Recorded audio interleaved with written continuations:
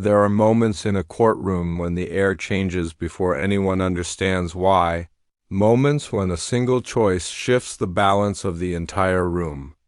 Before we dive in, let us know in the comments where you are watching from. We would love to see how far this conversation is reaching. The coffee cup left her hand before anyone could react. A streak of hot liquid cut through the air and splattered across Judge Frank Caprio's robe, sliding down the fabric in uneven lines. The gallery froze mid-breath. Officer Terrence Washington lunged forward out of instinct, but the 80-year-old judge only lifted his eyes, calm and steady, as if he had just watched a leaf fall rather than a cup being thrown at him. Aurelia Braftoff stood motionless, her arms still suspended in the air. Whatever fire she had felt seconds earlier drained from her face, leaving a pale, stunned expression. At the defense table, her attorney, Preston Harrington, looked as if someone had taken the ground out from under him. And in the third row of the gallery, Montgomery Braftoff III, whose influence normally filled every room he entered, seemed suddenly small, caught in the collapse of the world he had carefully built for decades. Officer Washington reached for the handcuffs on his belt, ready to restrain Aurelia, but Judge Caprio lifted one hand with a slow, quiet dignity. Officer Washington, he said. Wait, the bailiff stopped mid-step. Uncertain, Caprio turned toward Aurelia. His voice was level, conversational, almost gentle. Miss Braftoff, do you have anything else you would like to throw? She opened her mouth, but nothing came out. Not even a sound, because if you are finished, he continued, I have something to say. But before he delivered the words that would later circle the world, he did something even more powerful. He wiped his robe with a handkerchief, set his glasses down, and asked the courtroom to understand exactly why they were all here. He glanced toward the clerk. Miss Delroy, please read the charges. The clerk rose. Her voice held steady, though every person in the room could still feel the shock that lingered from moments earlier. Case 2025, CRO 156, City of Providence versus Aurelia Montgomery Braftoff. Charges: vehicular manslaughter, driving under the influence causing death, leaving the scene of a fatal incident, reckless driving, and failure to render aid. A wave of murmurs rippled through the gallery. This was not a simple traffic violation. This was a life lost, a family shattered.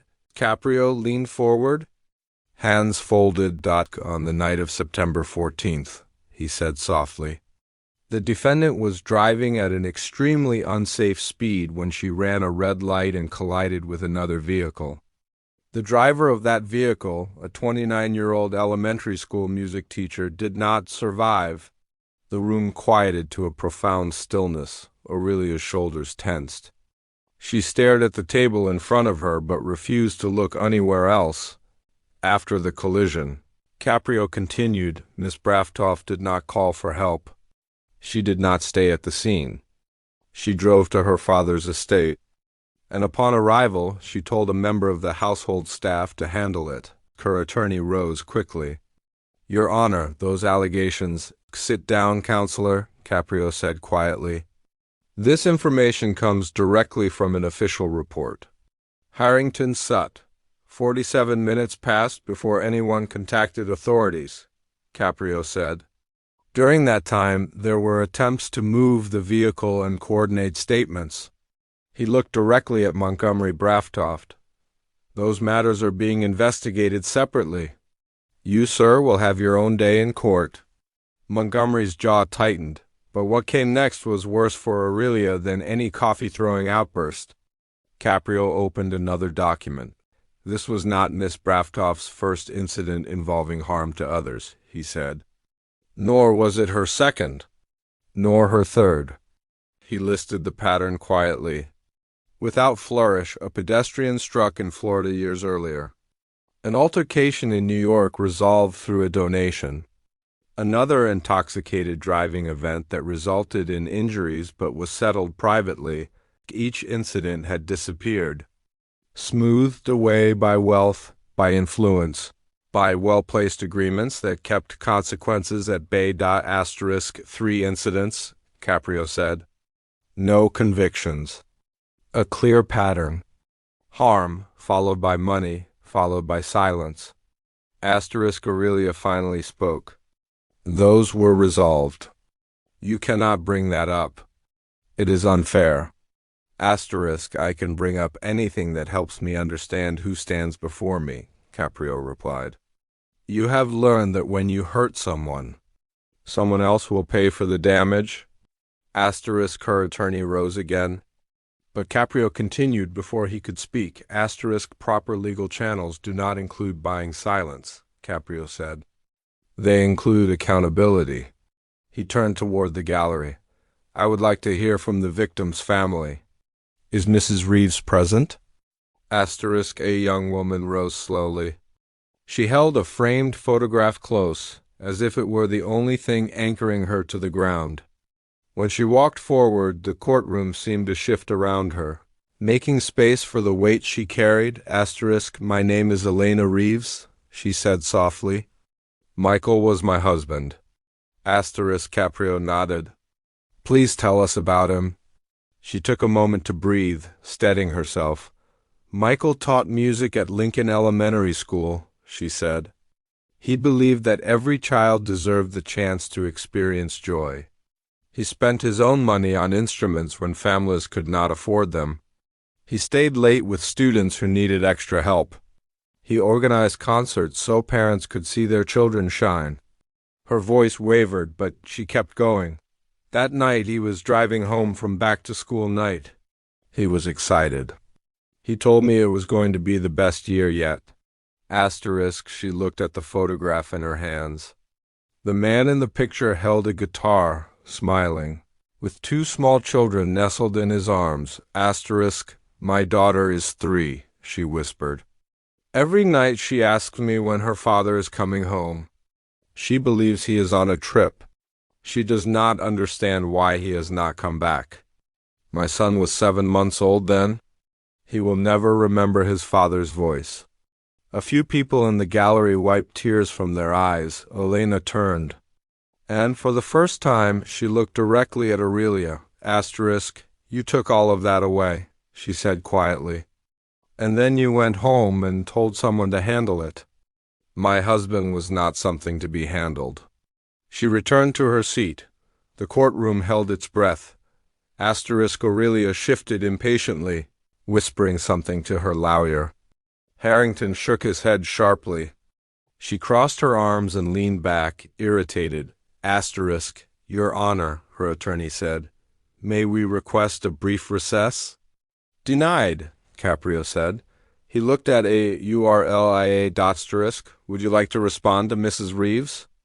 Asterisk, Aurelia let out a dramatic sigh. I already said I am sorry. What else do people want? I cannot undo it. Elena stood again, her voice cutting through the silence like glass. You never apologized, she said. Not once? Asterisk, Aurelia rolled her eyes. I am saying it now, there. Asterisk, it was not an apology. It was a performance. Asterisk, Caprio removed his glasses slowly, deliberately. Asterisk, that may be the least sincere apology I have heard in 40 years. Asterisk, Aurelia bristled. What do you want me to do? This was not my fault. He appeared out of nowhere.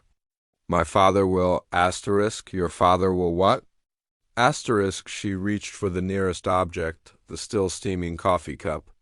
Harrington whispered, do not, but she was already in motion. The cup flew, and the moment it hit the judge, the story changed forever. Asterisk, coffee soaked his robe, splashed across documents, streaked the wooden bench. The room froze. Officer Washington tensed. Caprio lifted his hand. Asterisk. Wait. Asterisk, he looked at Aurelia calmly, his voice as measured as if nothing dramatic had happened at all. Asterisk, Miss Braftoft. I have had people insult me, shout at me, and lie to me, but no one has ever thrown hot coffee at me. He paused. So I want to thank you, asterisk. Aurelia blinked. What? Asterisk, you just revealed exactly who you are. Silence swept through the courtroom. You are 26 years old, Caprio continued softly. You have never faced a real consequence. When you hurt someone in the past, money erased it. When you harm someone again, money erased that too. But it did not erase Michael Reeves. It did not bring him home to his wife or his children. And it will not save you today. He turned to the bailiff. Officer Washington, you may approach the defendant. Asterisk Harrington leapt up. Your Honor, please. She is under stress. Asterisk no, Caprio said. She is under entitlement. Asterisk Officer Washington placed handcuffs on Aurelia's wrists. For the first time, real fear flickered across her face. My father, she choked. Your father, Caprio said, is the reason you believe consequences do not apply to you. Asterisk Montgomery stood abruptly. Your Honor, this is outrageous. Asterisk sit down, Mr. Braftoft, Caprio said sharply, or you will join her. The billionaire sat. 3 weeks passed. The evidence was overwhelming. Aurelia pled guilty, asterisk, and on sentencing day. Father and daughter stood side by side before the same judge whose robe had once been stained with coffee. Asterisk. Caprio addressed Montgomery first. Asterisk, you have done good in this world. He said, you have funded hospitals and schools, but you also taught your daughter that harm can be erased with money. You taught her that accountability is negotiable. He paused. Michael Reeves was not negotiable. He sentenced Montgomery to 2 years. Gasps filled the courtroom. Asterisk, then Caprio turned to Aurelia, who trembled, no longer defiant. Asterisk, he spoke slowly. Every word deliberate. Asterisk, you fled the scene. You ignored a life ending. And Eve,